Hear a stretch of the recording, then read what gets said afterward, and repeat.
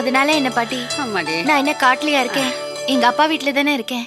எம்மாடி, எவ்வளவுதான் மனசு வருத்தம் வந்தாலும் அதை மனசுக்குள்ளேயே வச்சு பூசி முழுகிற பாரு. அதாம்மா உங்ககிட்ட உள்ள ஒரு பெரிய நல்ல குணம். வாங்க பாட்டி. ஆ, நல்லா இருக்கியா கண்ணு? நல்லா இருக்கேன்.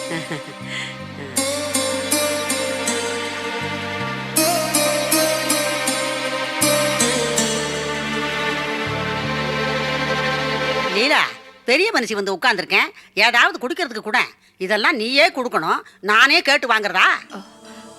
இதோ கொண்டு வரேன் பாட்டி. லீலா, தலை வலிக்கிற மாதிரி இருக்கு, கொஞ்சம் வரக்காபி போட்டுக்கொண்ட.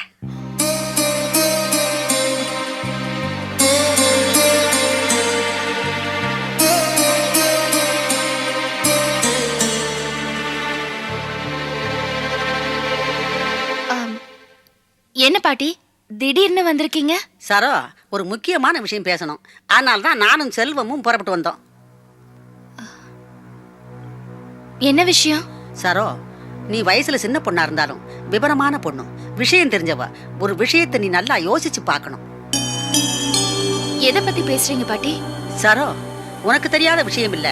செல்வமும் லீலாவும் ஒருத்தர் விரும்புறாங்க. ஆனா உங்க அப்பாவுடைய அபிப்பிராயம் வேற மாதிரி இருக்குமோன்னு நினைக்கிறேன்.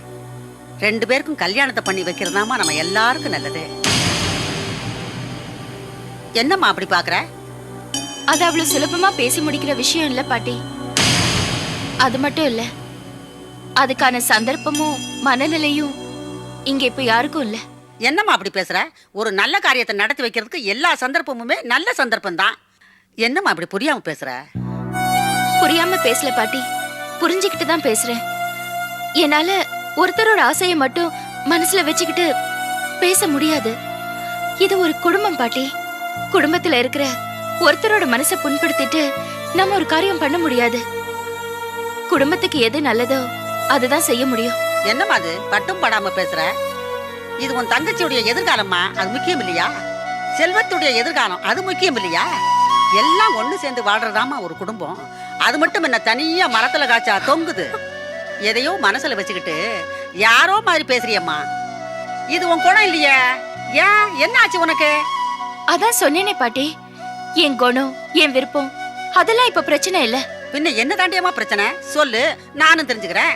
அத்தை பேசினதும் இங்க நடந்த அத்தனை பிரச்சனைகளும் உங்க முன்னாடி தானே நடந்துச்சு. இவ்வளவு நடந்ததுக்கு அப்புறம் இப்படி ஒரு கல்யாணம் எப்படி நடக்க முடியும் பாட்டி? வேண்டாம், விட்டுடுங்க. நமக்கு இருக்கிற குடுப்பனை அவ்வளவுதான். சரோ, அவ்வளவுதான் கொடுப்பனு விட்டுறதுக்கு உன் கல்யாணமும் இல்ல, என் கல்யாணமும் இல்ல. செல்வமும் லீலாவும் ஒருத்தர் விரும்புறாங்க. தலையெழுத்து குடுப்பனை இல்லைன்னு சொல்றதுக்கு உனக்கும் ரைட்டு கிடையாது, எனக்கு ரைட்டு கிடையாது.